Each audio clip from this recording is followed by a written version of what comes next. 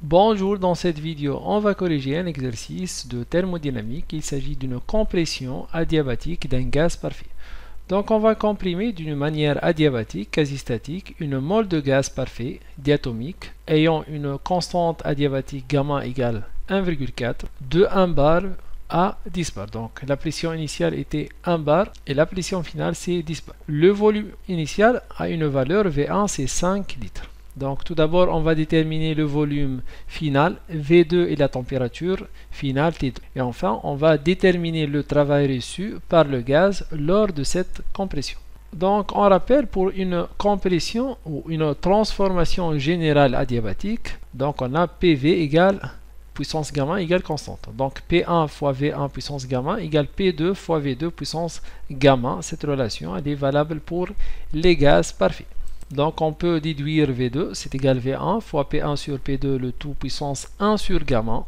V1 c'est égal 5 litres fois P1, donc P1 et P2 doivent avoir la même unité, c'est en bar, c'est 1 bar sur 10 bar. Le tout puissance 1 sur 1,4. Donc V2 possède la même unité que V1, donc c'est égal 0,96 litres. Si V1 était en mètres cubes, donc V2 elle est obtenue en mètres cubes. Par la suite, on va calculer le travail reçu par cette mole de gaz lors de cette compression.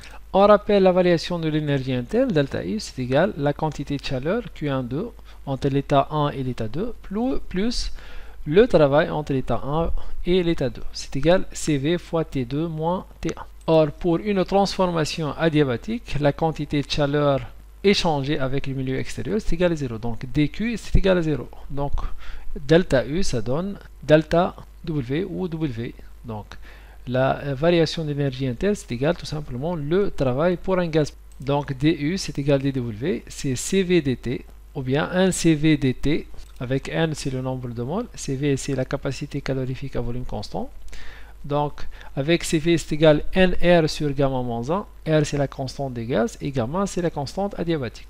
Si on intègre cette relation entre A et B, donc delta U c'est égal le travail, c'est NR sur gamma moins 1, c'est une constante, fois TB moins TA. Avec TB c'est l'état final, la température de l'état final, et TA c'est la température de l'état initial.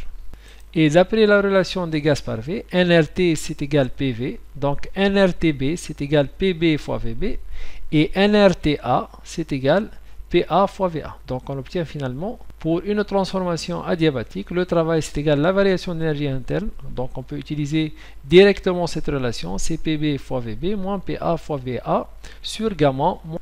Donc juste on va changer les indices. Donc l'état final c'est ici 2, l'état initial c'est 1. Donc le travail W c'est P2V2 moins P1V1 sur gamma moins 1. C'est égal delta U pour n'importe évolution adiabatique.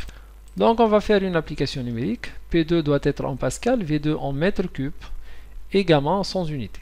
Donc le travail c'est 10. Donc on a 10 bar, c'est la pression finale, fois 10 puissance 5 pour avoir la pression en pascal. V2 c'est égal 0,96 en litres. Pour la transformer en mètres cubes, c'est 0,96 fois 10 moins 3. Donc on rappelle que 1 litre c'est égal 10 moins 3 mètres cubes, moins 1 bar fois 10 puissance 5, la pression en pascal, fois le volume initial, c'est 5 litres, fois 5 fois 10 moins 3, pour avoir ce volume-là en mètres cubes. Sur gamma, c'est égal 1,4 moins 1. Donc, on obtient le travail, c'est 1,15 kJ. Donc, le travail ici, il est positif. Donc, on a une compression, vu que le volume, il a diminué de 5 litres vers 0,96 litres. Le travail, son signe c'est positif, donc il est reçu par le système. Donc voilà, on a terminé cet exercice. Merci et à la prochaine.